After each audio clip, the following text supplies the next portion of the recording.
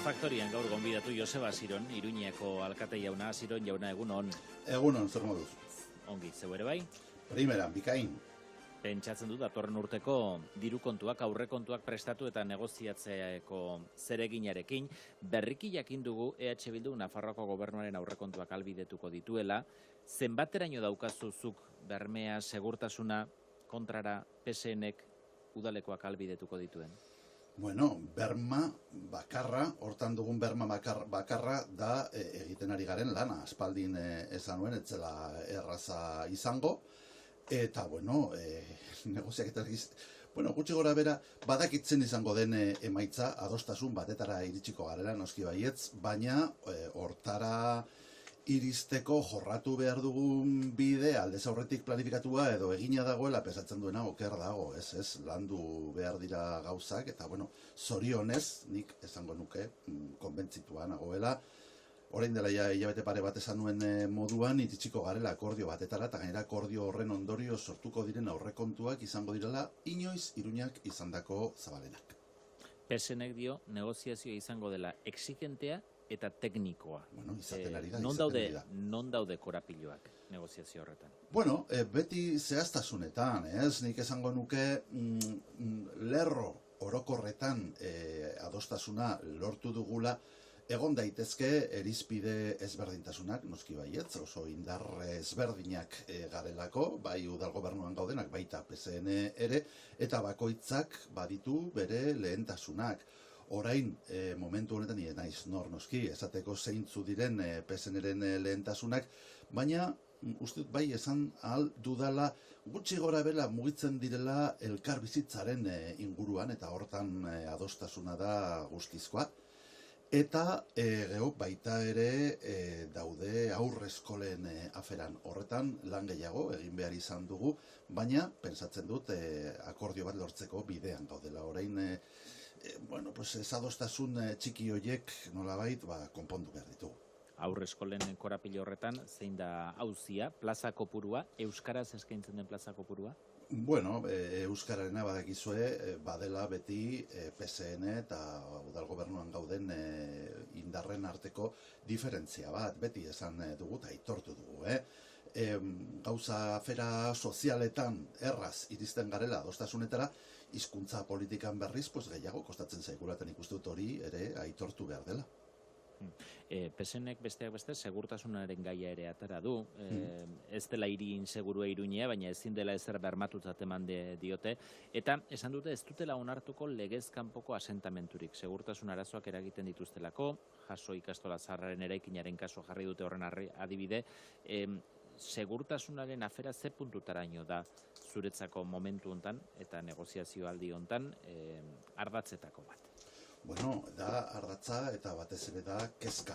Nik esango nuke aurrekontuen inguruko akordioa, baino haratago ziurtasuna eta bermatzea bada, ez dakitez, oinarrizko elementu bat, guztiz transversala eta arlo guztietan hori ez implikatzen gaituena. Iruña, beti esaten dugu, ez da hiri inseguru bat, inolaz ere, baina zaigu ez da ere eskapatzen, orain batez ere, badaudela pertsona asko, daudela oso egoera kaskarrean, dira gure gizarteko ahulenak, eta horretan, burrukatu behar dugula, jaso ikastola aipatu duzu. Guk behin baino gehiagotan gainera esan dugu horri irten bide bat eman behar zaiola. Baina auzia dago momentu honetan epaileen eskuetan. Guk epaile baten agindua jaso arte ezin dugu jason interbenitu. Guk egin izan duguna izan da beraiekin elkartu, gartuko udaltzainak eta kaleko zerbitzuak beraien gana hurbildu, pertsona horien gana hurbildu, eta eskaini ibilbide pertsonalizatuak integratu ahal izateko. Hori bai egin dugula, eta segurtasun hutsa dagokionez, baita ere, orain momentu honetan, ia etengabe udaltzain patrulla bat bertan dago. Baina ulertu behar dugu, hori gure, edo kate luze baten, ez dakitez, kate begi ahulena dela hori, eta tratatu behar dugu, hori ez, behar bezala. Momentu honetan, zuek dauzkazuen datuen arabera, zenbat pertsona daude jaso ikastolaren eraikin horretan? Bueno, asko aldatzen da, nik esango nuke pertsona gutxien egon den momentuetan 20 egon direla, baina momentu puntual batzuetan 80 pertsona izatera ere heldu dira. Baina, insistitu nahi dut, guk eta baita ere Orube eraikin horren jabeen artean guztizko adostasuna dago, nahi ditugu eraikin horiek hustu, bestelako irtenbideak eskaini bertan dauden pertsonei, baina hor interbenitu ahal izateko behar da, bai ala bai, epaile baten agindua. Eta PSNek esan bezala, inseguritate foko bat da asentamendu hori?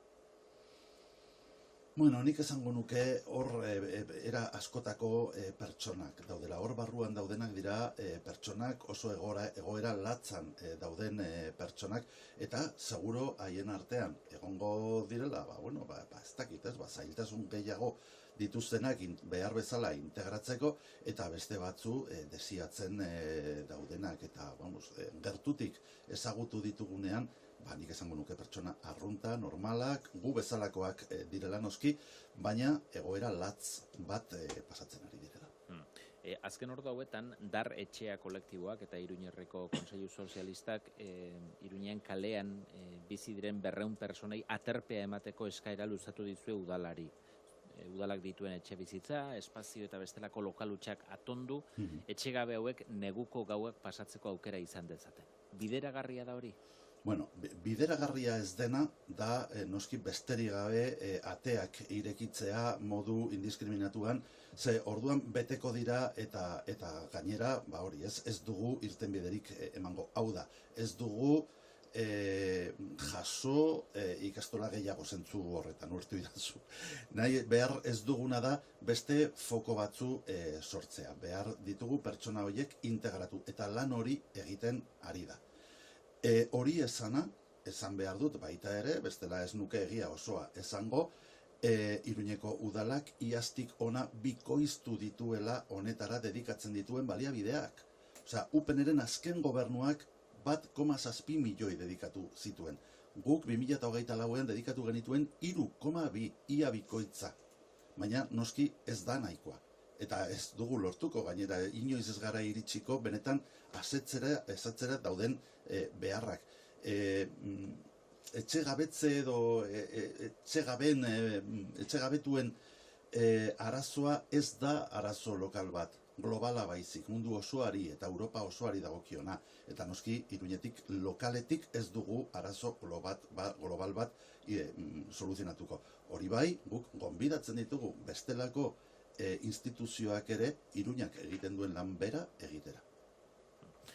Segurtasunaren gaira bueltatuta, ikusten dugu beste euskal hiriburuetan ere gaia eztabaidaren erdigunean dagoela, eta berriki Jon Insaurzi Donostiako alkate berriak jakinarazi du bere alkate kargu hartu eta lehen ekintzetako bat izan dela justizia ministroari idaztea eskatuz erreintzidentzia kasuetan espetxeratzea edo kaleratzea berma dadila. Bat egiten duzu ikuspegi honekin? Eraginkorra izango litzatekela iruditzen zaizu? Ez zait iruditzen hori dela irtenbiderik, lehen esaten ari nintzena, ez?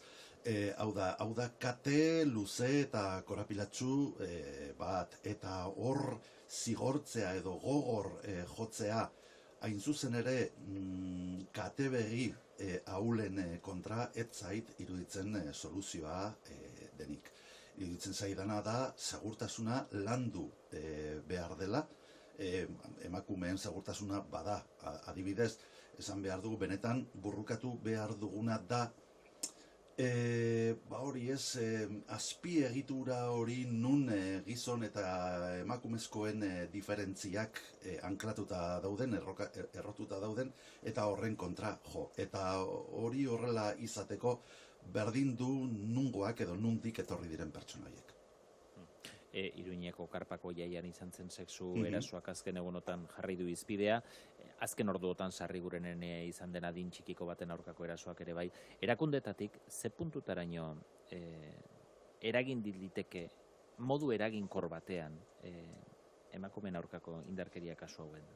Bueno, segurazki emakumeen indarkeriaren kontra benetan jotzeko eta efikazak eraginkorrak izateko behar da gizarte osoaren lana. Lehen esaten nuena, ez da kasu honetan importanteena edo soluziorik bideragarriena jotzea, ez da, mailuarekin jotzea esaten den bezala. Hemen benetan konpondu behar duguna, ebitatu behar duguna, da estrukturala den ezberdintasun hori, gizon eta emakumezkoen artekoa. Hor dago benetako burruka, eta ez da hainbeste nire ustez erakundeek bakarrik haien kabuz edo udaltzainekin zer egiten duten, badakizu ni irakaslea naizelanik beti esaten dut, gizarteak dituen arazorik importanteenak soluzionatzen direla hezkuntzatik, familian, eskolan, eta hor jo behar dugu gogoz. Etxe gabeen gaiari heldu diogu, baina fokoa apur bat zabalduta etxe bizitzaren arazoari begira jarrita, etxe bizitzaren arazoak herritar askori eragiten die, maila eta ondorio desberdinekin, emantzipatu eta bizi proiektu bati ekin ezin dioten gazten egoera dago, logeletan ala moduz bizi diren familiena ere bai, larritasuna zenbaterainokoa den neurtua duzue, egina duzue Iruñeko diagnostiko bat? Bai, eta benetan ateratako ondorioak dira nahiko kezkagarriak. Esan nahi dut orain momentu honetan, badakigu adibidez, familia batek etxe bizitza bermatzeko inbertitu behar duela bere errenta guztiaren erdia baino gehiago.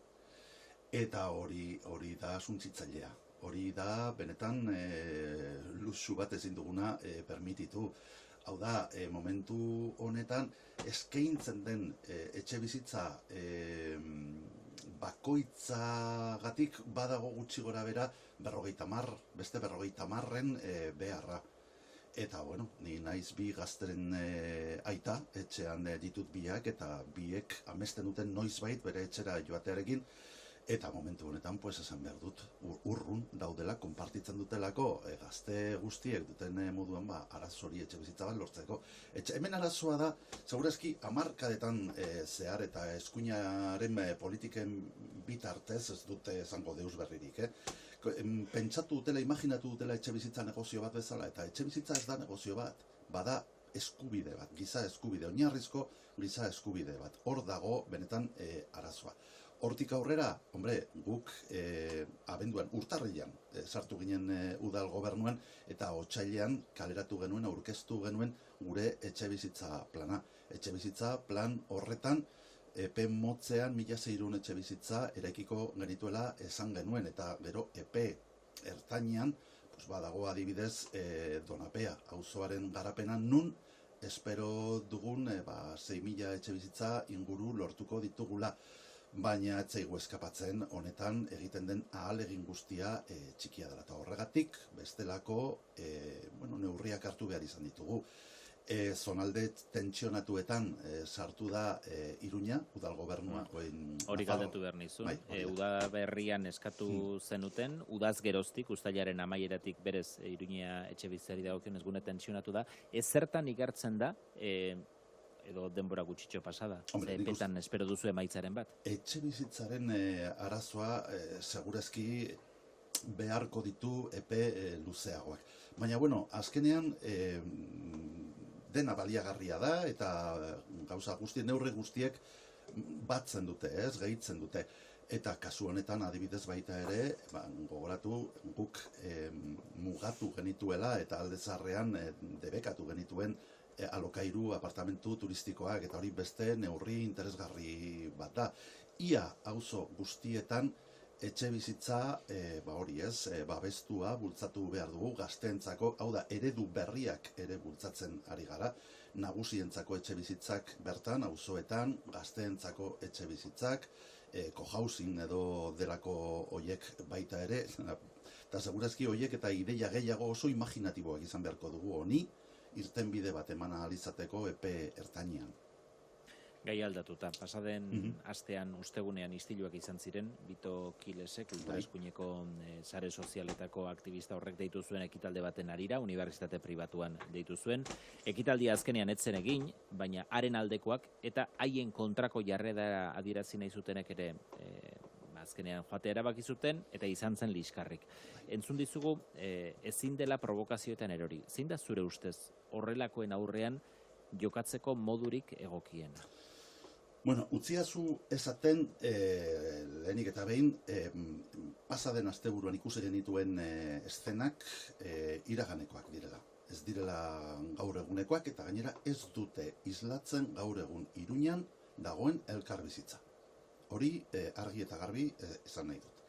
Eta esaidazu zen olako alkatea izango nintzen ni bestelako modu batez pentsatuko banu. Hori alde batetik. Hala eta guztiz ere, horri gehitu behartzaio, puntoi aparterik gabe, horri gehitu behartzaio, etzaigula eskapatzen orain momentu honetan badagoela fascismoaren gorakada bat. Fascismoa itzultzen ari dela. Eta honen aurrean zerbait egin behar dugu gizarte bezala. Ikusten ari gara, nola iaia egunero, teleberrietan ikusten dugu, unibertsitatez unibertsitate, iriz hiri provokatzen doazela. Gorrotoaren diskursoekin. Diskurso batzu guztiz fascistak direnak. Eta hoiek nahi dutena da urratu pertsonen eskubideak eta gorrotoa hori ez erein eta provokatu. Benetako bortizkeria eta benetako provokazioa hasi zen ez Iturrama auzoan baizik eta fascista horiek Iruñera etorri behar zutela esan zutenean. Eta honen aurrean gizarte demokratikoak erreakzionatu behar dugu. Eta politika eraginkorrak eta errealitate eraginkorrak bultzatu behar ditugu. Bestela, estena okerragoak ikusiko ditu. Eta erreakzioak nolakoa izan behar du? Erreakzioa norena? Horren aurrean. Erreakzionatu behar dugu. Hombre, nola erreakzionatu behar da? Zein da modu eraginkor bat erantzuteko? Argi dagoena da, horrelako provokazio baten aurrean irtenbidea ezin dela besterik gabe izan, baimendu edo ez dakit, edo esan babestuko dituztela. Nik uste dut horren aurrean gizarteak berak eta ardura dugunon aurrean bermatu behar dugu gauzoiek ez direla gauzatuko. Eta hori gure erantzukizuna da. EH Bilduren baitan, jarrera bateratua duzue gai honen inguruan. Esate baterako pasaden astean antifasisten deialdiarekin ernaik bat egin zuen. Hor, egon daitezke aurre egin beharreko moduen inguruan irakurketa posizio desberdinak? Bueno, nik uste dut bat egiten dugu guztiek, eta segurazki ez bakarrik EH Bilduren baitan, baizik eta gizarteren gehiengoak ados egongo dela, esanez provokazio horiek ezin direla permititu, eta zerbait egin behar dela nire diskurtsoan esan dudana. Hori esana baita ere, pentsatzen dut gehiengo batek esango zuela gero izandako istiluak ebitatu behar ditugula. Ezin garela provokazio horietan erori. Hilabete honetan beteko dira 50 urte Franco hiltzela. Iruditzen zaizu, urte hurrenaren harira, era honetako espresioak, haren aldeko espresioak, areagotzeko arrisku bat badagoela? Nik uste dute orokorragoa dela. Ultraeskuinaren itzulera eta gorakada ez da fenomeno bat, ez dakit, Iruñean gertatzen ari dela edo estaduan gertatzen ari dena, baizik eta orokorragoa. Fascismoa itzuli da, eta honen aurrean ezin ditugu errepikatu, pasaden mendeko 30. hamarkadan egin ziren akatsak. Hau da, pentsatzea domestikatu ahalko ditugula. Hori pentsatu zuen 30.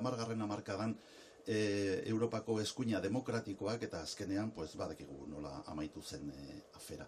Pentsatzen dute arazo globala dela, orokorra, begira dezagun adibidez gertatzen ari den estatu batuetan ere, eta honen aurrean balore demokratikoak mahai gainean jarri behar ditugu. Hori alde batetik, baina bestetik ere erreakzionatu behar dugu eta kontundenteak izan behar dugu. Hori dudarik gabe.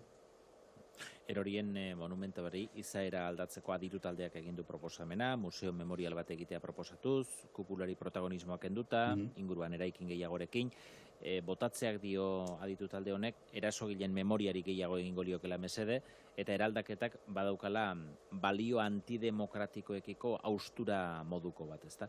Bat egiten duzu irakurketa honekin, iruditzen zaizu azkenean honek irtenbide honek lortuko dituela helburu horiek? Nik uste dut irtenbide honek lortuko duela gauza importante bat, eta da, garai batetan fascismoaren alde eta fascismoa goraipatzeko egintzen eraiki zen monumento bat bilakatuko da justu kontrakoa. Hau da, fascismoa eta bortizkeria salatzeko eraikina. Eta hori beti izango da positiboa.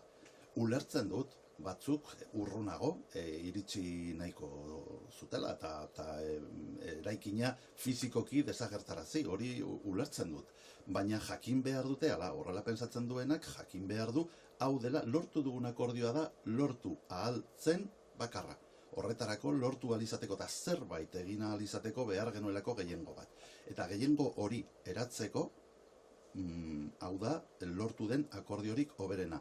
Alternatiba bakarra zen eraikina orain dagoen bezala beste 4 urte gehiago uztea. Eta ja badarmatzagu, hori ez, 45 urte, demokrazian, esaten den bezala, deus egin gabe eraikin horretan. Orain, momentu honetan, badakigu zein den adituen proposamena. Adituen proposamena da museo memoriala bertan egitea, eta museo horren lehen pieza eraikina bera izango dela. Niri iruditzen zait abia puntu oso interesgarria. Eta orain egin beharko dena, hurrengo hilabeteetan, izango da, hori ez, ideien lehiaketa bultzatu, geisten hasteko, hori ez, filosofia politiko horretatik, ja, errealitatera, benetako proiektu bat izateko.